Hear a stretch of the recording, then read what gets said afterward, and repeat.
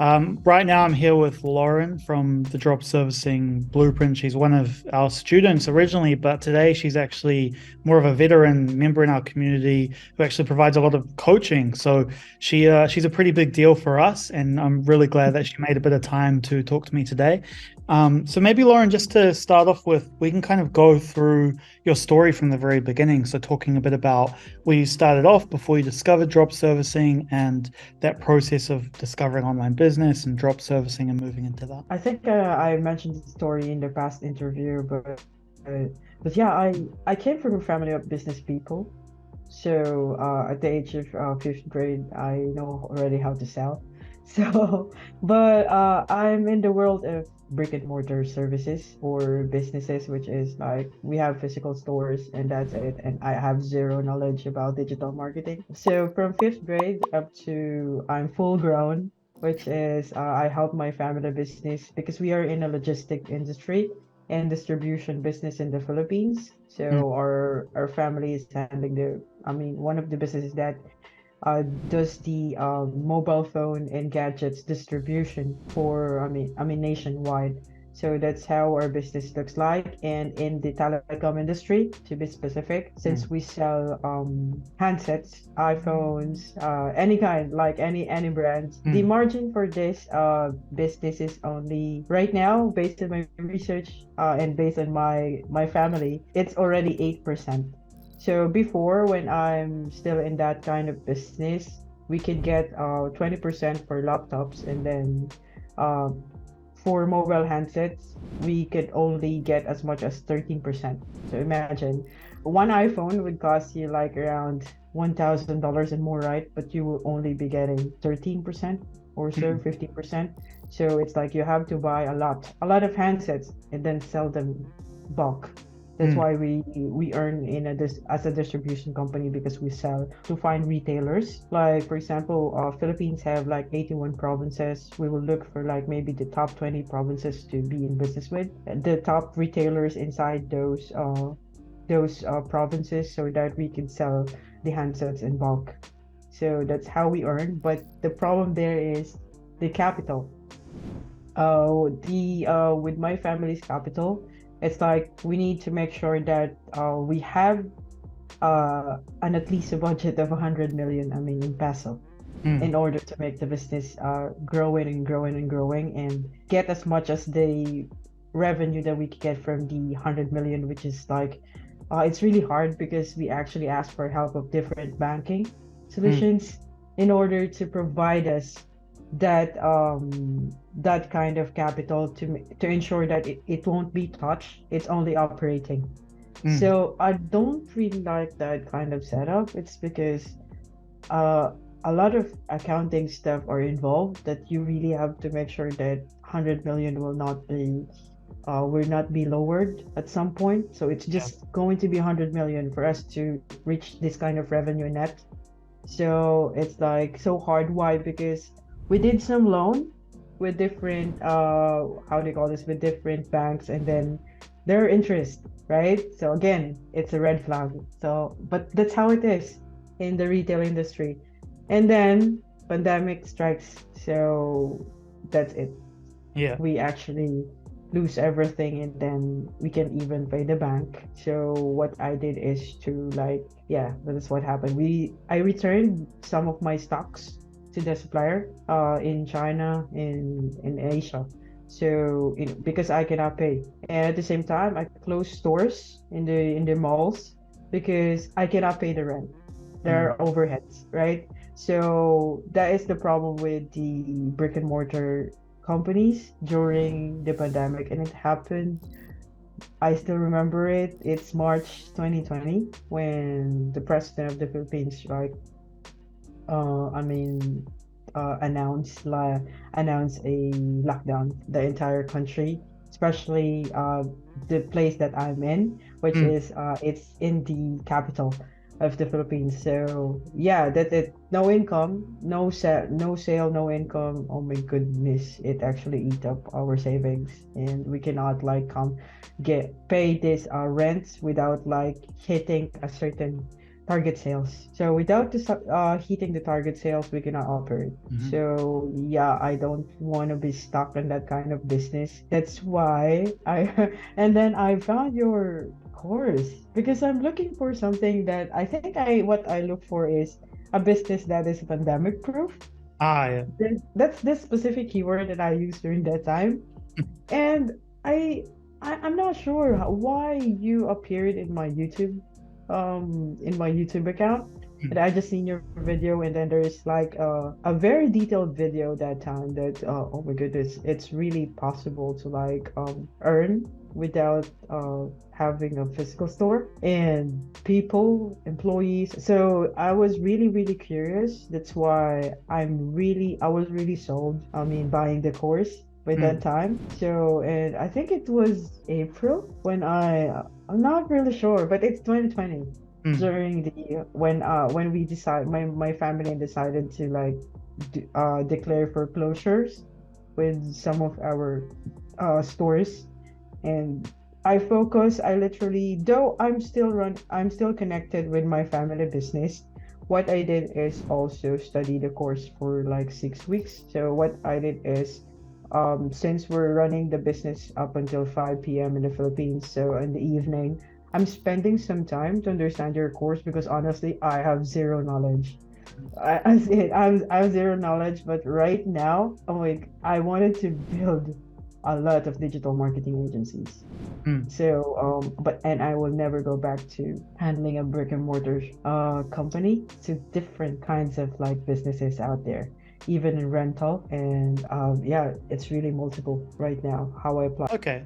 Well, tell me a little bit about, after you joined the drop servicing blueprint, what was your process up until getting that first sale? And what was your kind of thought process and the actions that you took to get your first sale? Tell me that story. Well, my first sale happened in actually it's in LinkedIn. So I'm still like making sure that LinkedIn is going to be my main method of acquisition because I in the course I still remember to like leverage of course the free methods. So I tried everything, like the tools, everything, the DuckSoup Turbo, the Snowvio, so pretty much everything, the Sales Navigator. So my process, it's like I optimized my profile in LinkedIn, and at the same time, I was able to connect with someone in the furniture business in Mexico. Mm, So that time, Chakromica is do not know what we really want to sell. Okay, we do not know. We're not aware. So I'm just a simple beginner in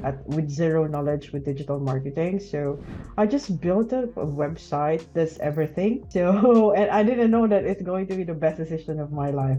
So, I just build it up like it's full stack, and I saw the course that okay, it's the course is trying to sell. I knew it from the start that the animation business is the best example or best starting point for everybody wanted to learn the drop servicing model. So I tried it up to the week or the module 5, which is automating the business. So when it comes to the process, it's like we're literally targeting everybody. So offering branding to that person, offering animation to that person. I just know by that time what to sell to a certain client mm, because maybe I have an experience in like dealing with different kind of people when I'm in my old business, which is the retail and distribution. So I tried to test the market if they will be needing this kind of service. So I was lucky to find a client in the furniture business from Mexico. So he's just really asking for a logo animation. So that's what I was trying to sell is a logo animation, but it's a premium animation. So that's it. That's my choice actually because I got your like idea of like selling an animation and I wanted to just sell an animation, a logo animation to this person. And then during the call, I discovered that there are a lot of problems a certain person can have. So, and that's where I learned how to do an upsell and cross sell. So for just a logo animation that we are selling, it's just really around less than $1,000. So, but and then we realized that we asked the right questions with the lead, which is he wanted to achieve this like thing that he wanted to like have a good brand presence online. So in that idea, then the pitch was not it's not going to just be like solving the problem of the logo animation is like prerequisite for a client business. So these assets are really important. However, I'm not really solving the solution here. I mean, solving the problem of the client, which is he wanted like enough brand presence. So it came to the point that I realized that I will not be selling just the logo animation, but at the same time the solution for branding for this client. So we actually sold him like a social media kit at the same time, and not just the logo animation. So we managed the platforms, and at the same time, we created videos for his business. It's live action. Uh, So it's a live action, including for the branding and identity package, brochures as well. Because since this is a local business, what we did is produce like a animation, I mean live action video plus the recreated brochures. So nice. since what he do is direct marketing for his furniture business in Mexico.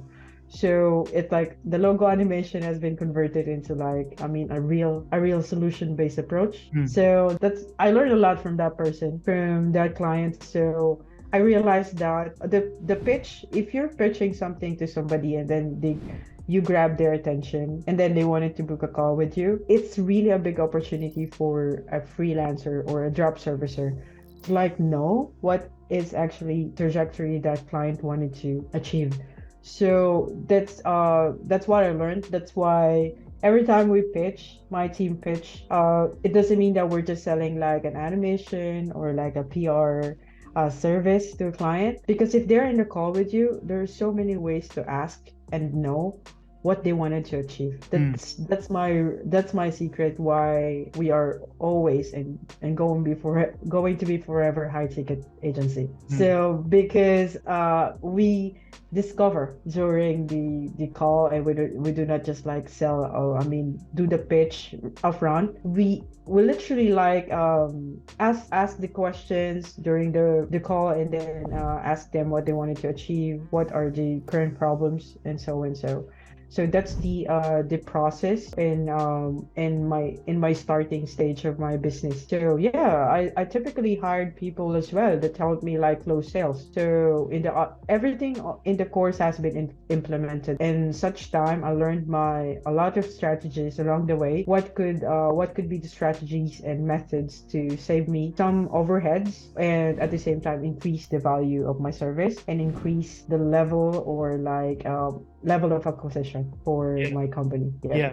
I think that's really crucial because a lot of people get so caught up and focused on selling one individual service on the call with the client, when there's so much more value to be generated by actually asking the right questions, discovering what and providing a range of solutions. Yeah, you can be much more high ticket that way, for sure. And I think, and how long did it take you to get that first sale? Because I think it was pretty quick, actually, huh? As I remember, I launched my business August 6th, 2020. I will never forget that. I am approaching my third year. So it's within 6 weeks after I launched that I got my first sale. So, but building and understanding the horse, that's the challenging part of my journey, because again, I have zero knowledge.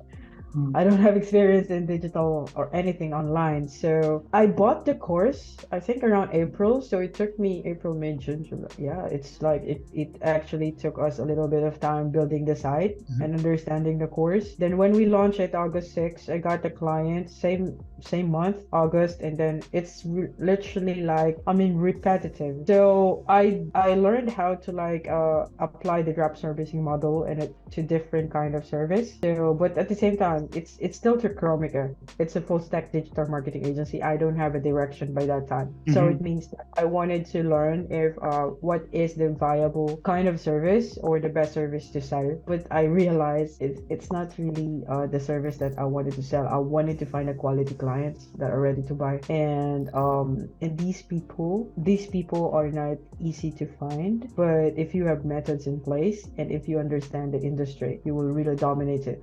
Because I'm in healthcare industry, and that's the best decision that I did, is to like offer one service first and then gain their trust, get them in a call, make them happy, deliver the service, and you will be getting a lot of like project from that person. Because my clients in the healthcare industry, typically they will just like order one service, like for example funnel building, funnel designing, And then since we're asking the right questions, it means that we're gaining their trust. So that's the time that we can pitch more service with in their company.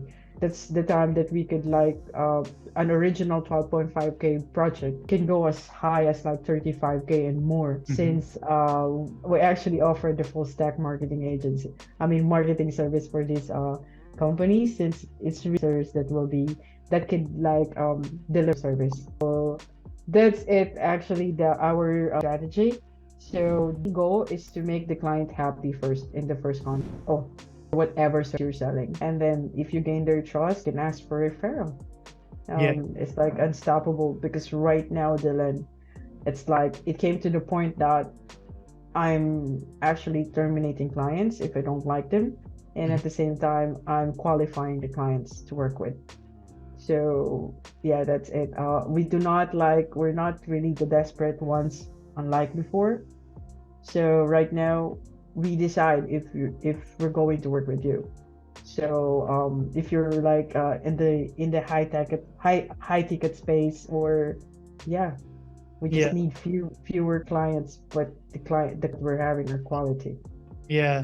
Yeah, that's really true. I like what you said as well, because, once a client makes a purchase from you and they know, like, and trust you, they're so much more easy to sell additional things to them, especially when you actually understand their situation and their goals, because you can offer the right type of service to provide those solutions, and they're going to be much more, fast and willing to buy again from you.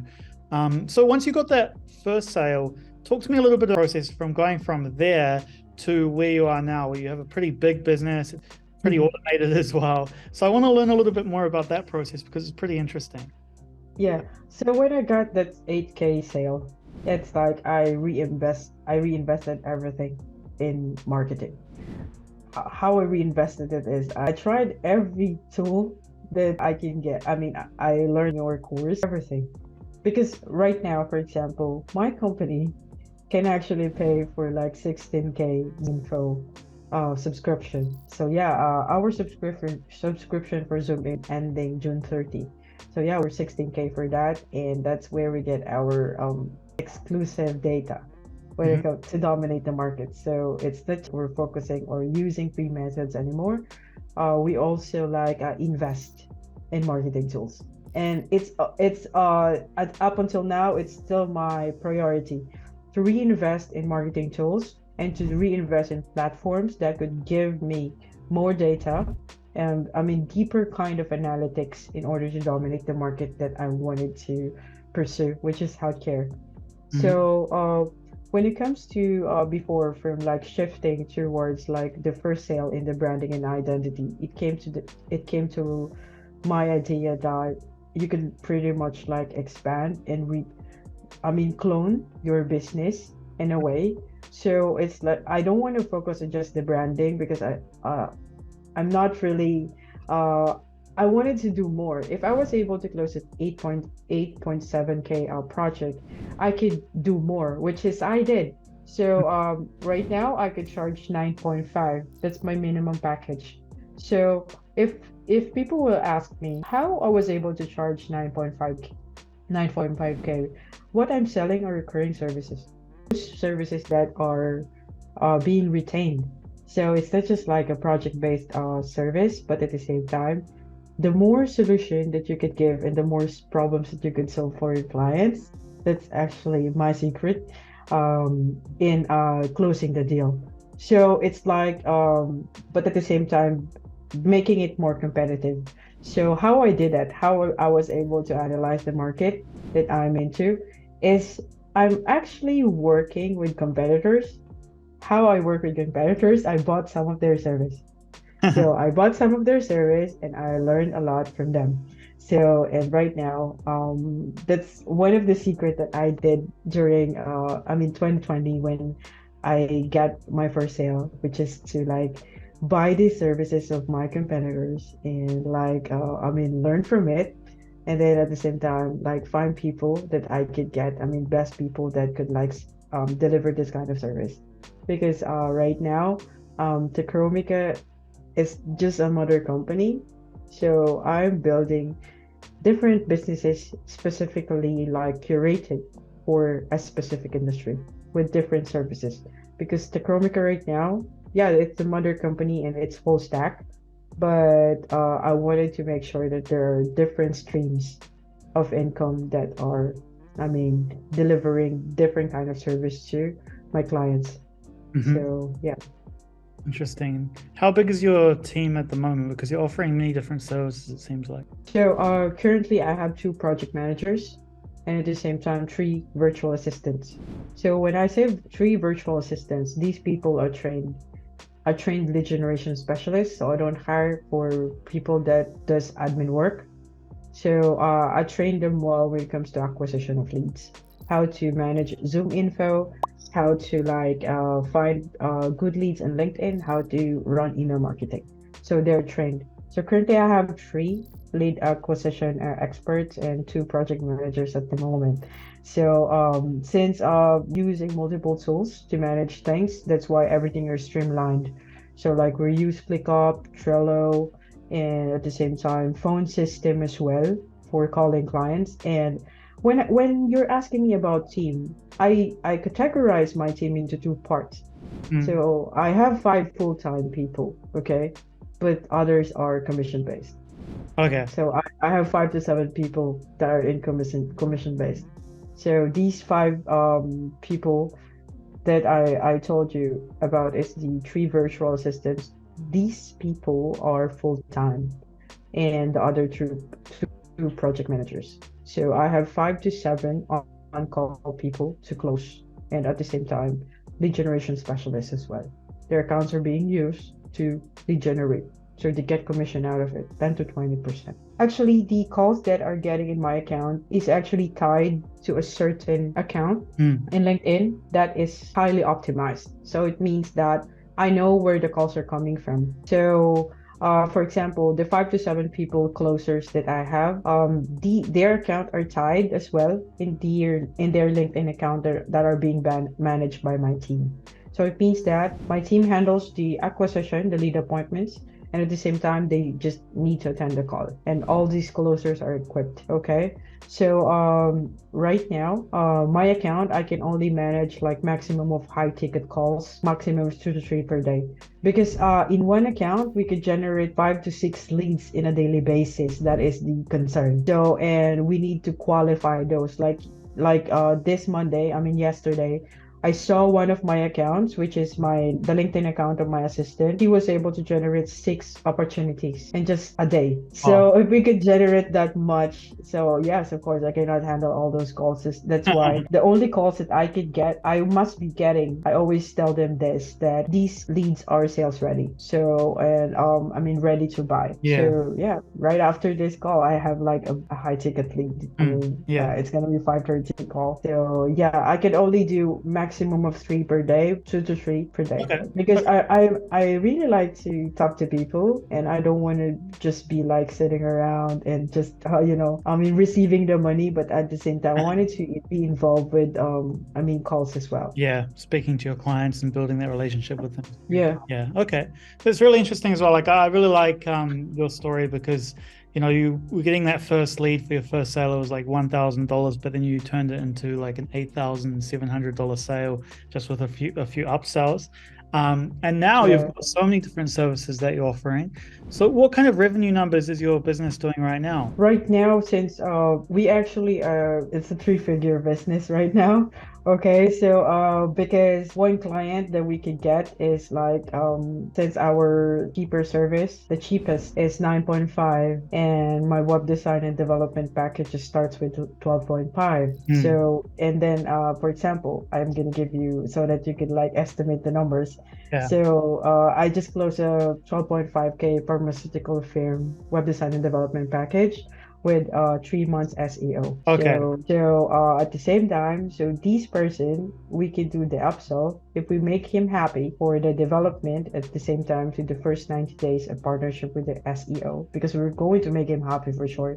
then we will be pitching like an additional 6 months or 9 months or like 24 months. That's we will be selling the retainer. That's why one client with us, the average order value would be more than 20K. Mm-hmm. So that's why we don't need much clients in a monthly basis.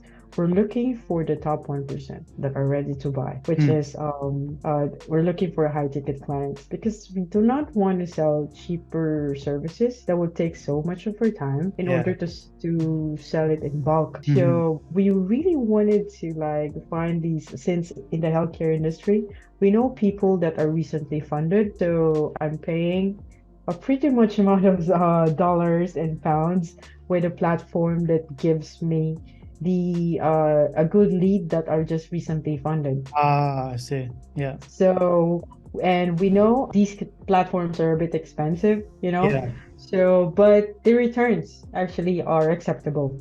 So we know who to target, we know who to speak to, the decision makers. So at the same time, my company is not just backed up with, yeah, we're earning these figures right now, but we have significant number of investments too with platforms that give us the right leads. Mm-hmm. So aside from the cold outreach, we leverage the platform for data analysis and market analysis as well to find these kind of clients. And we don't need five or more clients on a monthly basis. We just need two to three. That's Yeah. it. Yeah. Yeah. Yeah, that's it. Pretty crazy when you think about it because you have basically five, full-time people, and then Yeah. you have, a few clients per month coming on board, and yet you're still able to do seven figures per year in your business, and you're just getting started. That's pretty crazy. Such a small Yeah, team. I always tell my team that I'm a startup and I'm just approaching my 3 months, so that I'm really dreaming to like before, and I mean hitting 5 years, I need to make sure that I'm $1 million business. I haven't like achieved it yet, so we're halfway there. Yeah. So I still have remaining two years for that. And the strategy is not just B2B actually. So I there are referrals coming in different direction. Since I live in Cambridge right now, in Oxford, and Cambridge is, I Ah, yeah. mean, the top, I mean, city with the people here are in data science, I mean, chemical engineering and like biotech. Mhm. So I forge a partnership as well with these companies that will be needing my service. So it means that I got referrals from these consulting firms that in the med tech, biotech, pharmaceutical firms in exchange of 30% revenue for Mhm. them.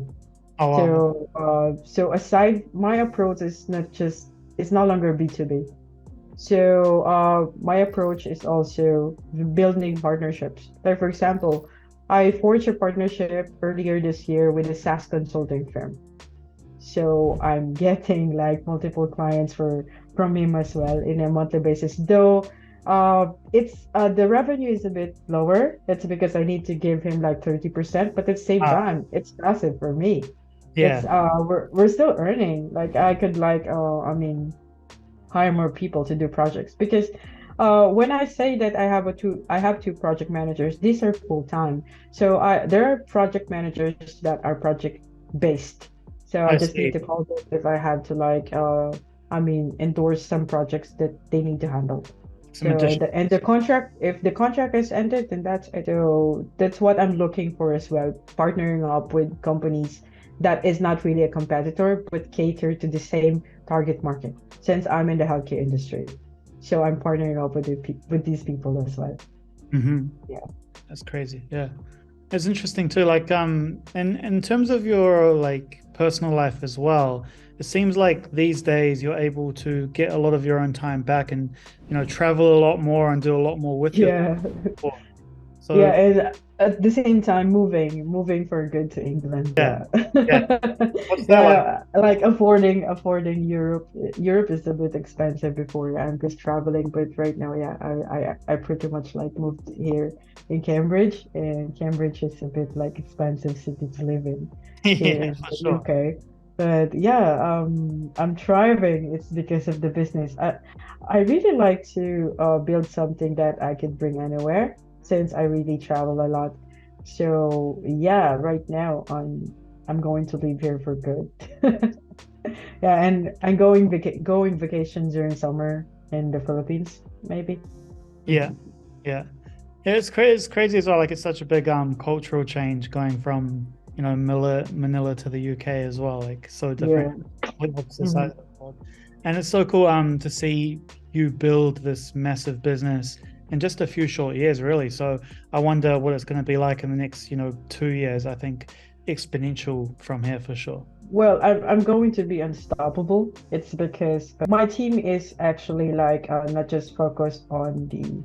I'm planning to hire somebody that would take over the business Mhm. because I wanted to focus more on like building softwares since AI is there. So my direction is there, and at the same time building my own BPO Yeah, company yeah, since my business is based here in the UK and I deliver some technical kind of services that is not really in digital marketing. So yeah, since actually I'm also a medical coder by profession, and at the same time I'm pretty much like familiar with compliance in healthcare, in Medicare, and anything about billing. mhm, So I'm also going in that direction, like hiring people, building my own VPO, serving these industries, and those are going to be recurring. So if you find one client in the US, actually, if I would just hire cheaper people in the Philippines that does really good in their work, then I think it could make my that BPO company could like survive. It's and at the yeah, same time, the direction of my company again is since the Chromica is like a full stack marketing website, I will be building more agencies that are more specifically focused. So it's like from being generalist, I will be building like a specialist kind of sites. yeah, So with specialization in a certain industry. So like a B2B demand generation company in a healthcare field or mm, like in a fintech, education technology or so and so. It's really, really massive actually. So there's so many ways to be done to expand the business, but at the same time, I wanted to make sure that I'm going to be the top 1% marketing agency in doing healthcare. mhm. So that's actually going to be my direction. Yep, yep. And you're definitely on your way there, like pretty much almost anyway. So seems pretty much guaranteed to me, honestly. And I think we're nearly at the end here. You don't have too much time left until your call. So maybe you could just talk to me a little bit No, about it's the call is actually like 5:30, so it's oh, still we five still there. have All right. time. Yeah. Sweet. Well, I just wanted to hear a little bit from you in terms of, people thinking of joining the drop servicing blueprint or starting a drop servicing business. What would your main recommendations be for them in terms of the implementation as a beginner when they're getting started? What's the most important tips you have? But it's a really that's really Broad question. difficult question. Yeah, well, how do I answer that? But anyways, the beginner, okay.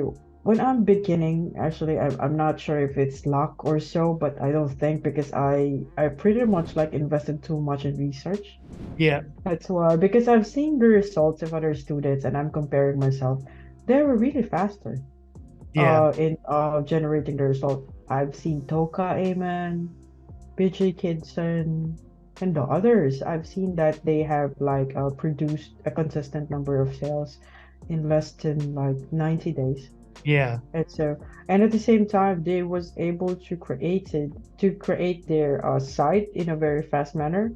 So at the same time, I think they're faster than me in that aspect because again, I'm not really a technical person, but I'm a salesperson.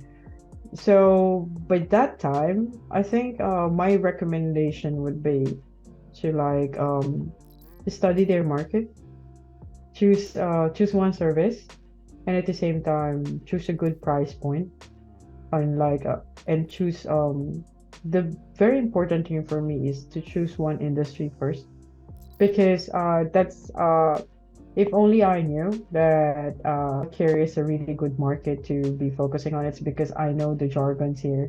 I'm a medical practitioner. I'm a licensed nurse as well, so I know how to communicate. in a medical way. Yeah. So that I know how to grab the attention of physicians, people in the health tech industry, digital health or so. So I think mastering one industry is the solution Yeah. because like for example, you could start offering animation because it's really easy to like sell this kind of service. Honestly, it's like no Yeah. brainer anymore. It's being automated in the course, so just like follow it. But at the same time, the drop servicer must learn to like focus on on that sector because right now my team was able to produce tens of thousands and hundreds of thousands of subcategories or uh, industries in the market that people could target or the drop services could target. So because I have this question being asked by the drop servicer if the market is saturated, it's not really true. It's not true. It will never be true. It's because right now every account that we're using in LinkedIn to generate a lead, an account will only be focusing in one subsector. For example, healthcare industry have thousands of subcategories on it. Like in the healthcare industry, you can have you could do digital health, health tech, you could do med tech, education technology, you could do biotech and things like that. And under these subcategories, subsectors have different subcategories as well. So it means that the healthcare market, no matter how much I wanted to like saturate it, I will never do. It's not really possible at all. It's really massive. So I think as a lead generation specialist right now, when I say I'm a specialist, it means that I understand the market. I understand health tech, I understand digital tech, I understand medical technology as well. So my advice with the drop servicer is to pick one not industry, but a subsector with a specific subcategory. That's it.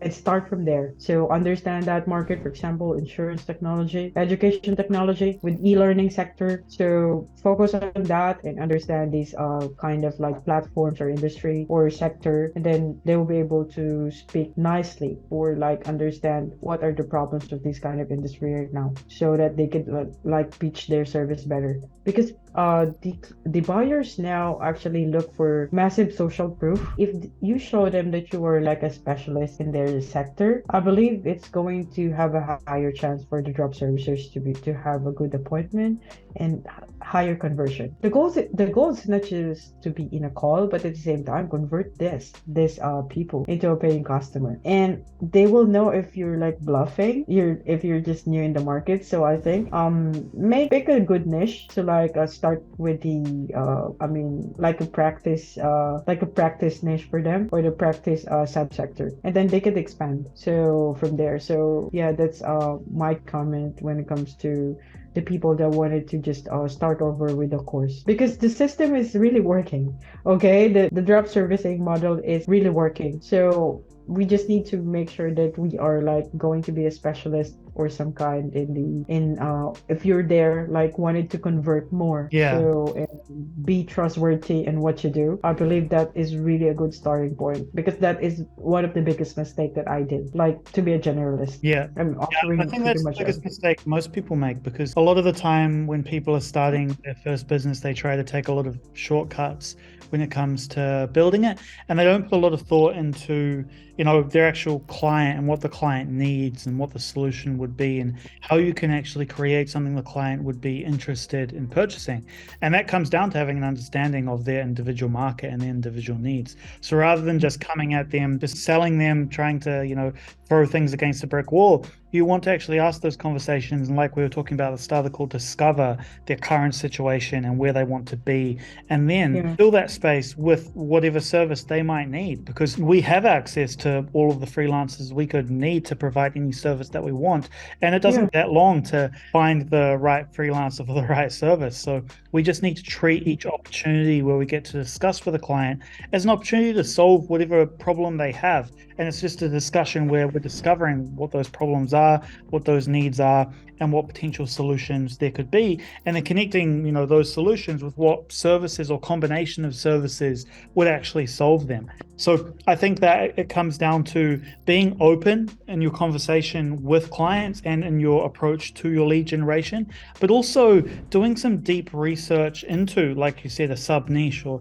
really subcategory of an industry to get a good understanding for what they want out of their digital marketing. And that will allow you to position yourself better from the beginning. But even going beyond that, you can actually start to open things up when you have that conversation to expand beyond what you think their needs are from your research and understanding of their sub niche, but actually kind of figuring out what their needs actually are by talking to them as well. So combining those two things together, I think that you're pretty much guaranteed to get a result at some point, whether it's a week, Exactly. months, And or you're not just like dealing with a simple 1K sale. If this is going to be the kind of conversation that you're going to do in that discovery call, it's not just like a 1K sale. It's going to triple or like maybe 10x's. yeah, So yeah, that's how we do things. It's like when we became specialists, we earned more. So because maybe they trusted us more because we know how to speak to them. We know their problems and we just know how to speak about their problems, how to discuss about their problems, how to like manage the or present the solution properly because we just know how to speak to these people. Like for example, if I wanted to leverage my knowledge about the digital health industry, I did a lot of research or years of research about this niche, sub niche or subcategory. So I know how to speak to these different kind of like C levels. So and they like being if you're just like selling your service upfront, it do not work anymore. So you have to tell them that you are a bit like by dropping good keywords and just doing the outreach, it really helps a lot to like get an appointment at the same time get their trust. So and because most of our like leads right now are not just like a simple lead, but we wanted to convert them for long-term clients with unlimited referrals. yeah, So yeah. But I think that it comes from a different understanding of the relationship as well, because I think a lot of people, when they're reaching out looking for clients, they're thinking, how can I sell this thing to this person? They're not really thinking, yeah, which how can is I, build a relationship with this individual client and hopefully down the line sell them many things. And even if I'm going to sell them one thing now, and then if I can sell them this particular service, what other potential services could I then upsell that would make sense? So, for example, if I sell an animated video, would it then make sense if I'm selling to, an e-commerce company to sell TikTok ads for that animated video, and just kind of stacking things in that way as well. But approaching the entire conversation with a client definitely is going to lead to a completely different outcome when it comes to the types of sales you get, so high ticket sales, but also the length of the relationship with the client, whether it's going to last one project or 10 years. But that's I think that we've covered some pretty deep stuff in this interview here, Lauren. I don't really have any additional questions at this point, and I think you really gave probably too much value in this interview so far. But if anyone yeah. has any additional questions for Lauren, you can comment them below this video here. We might do another follow-up one in the future. It sounds like we have a lot to talk about, Lauren. But do you have any kind of final words of wisdom to leave with people before they start their business? Well, words of wisdom. Well, I always wanted to always advise these students to always check the course. It's Yeah, because it's this kind of course, the job servicing blueprint is really the real deal. It's because I enrolled to so many like digital courses out there, but it's really a rip off. yeah, So because these courses, it's like it's really detailed. I don't think that there is another drop servicing course like out there that could like cover pretty much like everything that you need to learn to help someone like me. yeah, Because I have zero knowledge about digital marketing, but yeah, these course is like it's like a crutch for me to like know whatever that needs to be done in the digital marketing world. But at the same time, this course will teach you like to gain your client. It's not just like a theory based kind of like Hmm. courses because they're theory based. When I say theory based, it's like, all right, just a simple definition, everything, and then you're on your own at the yeah, same time. But these courses have the step-by-step process, and I need these students to just follow the course because since inside the course we have like different coaching schedules as well. that they will be guided. They could like post unlimited questions in the group as well, and others could they could learn from others, because aside from me, there are so many successful individuals inside that course that Mm. are really excelling in their chosen niche and chosen service. So there are many others that they can gain access from in this job servicing VIP community. So I think the words of wisdom would be, if they wanted to change their lives, this people that wanted to dominate the digital marketing world, well, the call to action would be to just grab this course ASAP. In that way, I think these courses will really change their lives, because it really changed mine. So I didn't realize that in just a matter of 2 to 3 years, I could like able to achieve what I'm just dreaming of. You know, I'm based in the Philippines before, and life is a bit harder there. And but right now, I can afford to live with, I mean, a very expensive city. So, but at the same time, following my dreams here, because I wanted to study. That's why I'm here in Cambridge. So I wanted to enroll for like international business course here in Cambridge. That's why I'm here. And at Mm. the same time, my location would help me, I mean, forge my business in a way that it's going to be an unbeatable business marketing here in Cambridge. And yeah, I wanted the marketing competitors here in Cambridge. So that's what I wanted to achieve in the long run. So I think the decision to make is to like maybe understand what you wanted to achieve as a person. And if you wanted to build an online business, again, this is not cannot be done overnight. So you need to spend a little bit of time to build this business, because me running like a brick and mortar business before, it took me some time as well to build it. But this course, everything is here. Everything is actually detailed. All right. So, and just what I like about the course is, for me, I thought in the beginning it's really a rip-off. It's like, what if Mike, I have a question, like, what if I didn't succeed? So what I paid for would be like the $1,000 that I paid for is like going to be put into waste. But when I got my first sale, oh my goodness, I could even buy, I mean, a lot of courses like this. So Mm. it's like the return of investment is, the course is way cheaper compared to the sale that you will be generating if you just implement the course in a right way. And if you play the right cards in running your business, you could pretty much get your ROI maybe less than in less than 90 days. So yeah, that's my advice for the students, because if they will be asking if these courses really a real deal, there are a lot of people that would justify, I mean, that will prove that these courses are really working. And we're enjoying it here, like being few, having these like few colleagues as well running their own businesses. So I think the course is a different kind of like deal as well. So this message is just for the student, not for your brother. So though even though we have the same like birthday, it's just so odd, right? We have the same birthday. Yeah. So December 14, right? Okay. So it's my message is directly like I mean, I'm speaking to the student that will be getting this kind of course. So Yeah. the course is beyond like being a course, because you have unlimited access with the community. The community is, oh my goodness, I built so many friends, you know. It's not just like what I like here is, before I'm a bit emotionally attached with the course, and at the same time, I don't know who to speak to, share my successes. But sometimes your family do not just know about digital marketing, and know how to explain it to them in Mhm. a simplified way. You know.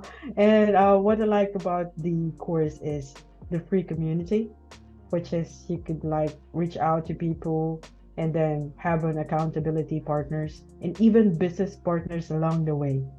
So I like the community, it's because we're growing together, and at the same time, we're not pretty much really competitors here. It's because I determined that the industry is really massive to be saturated.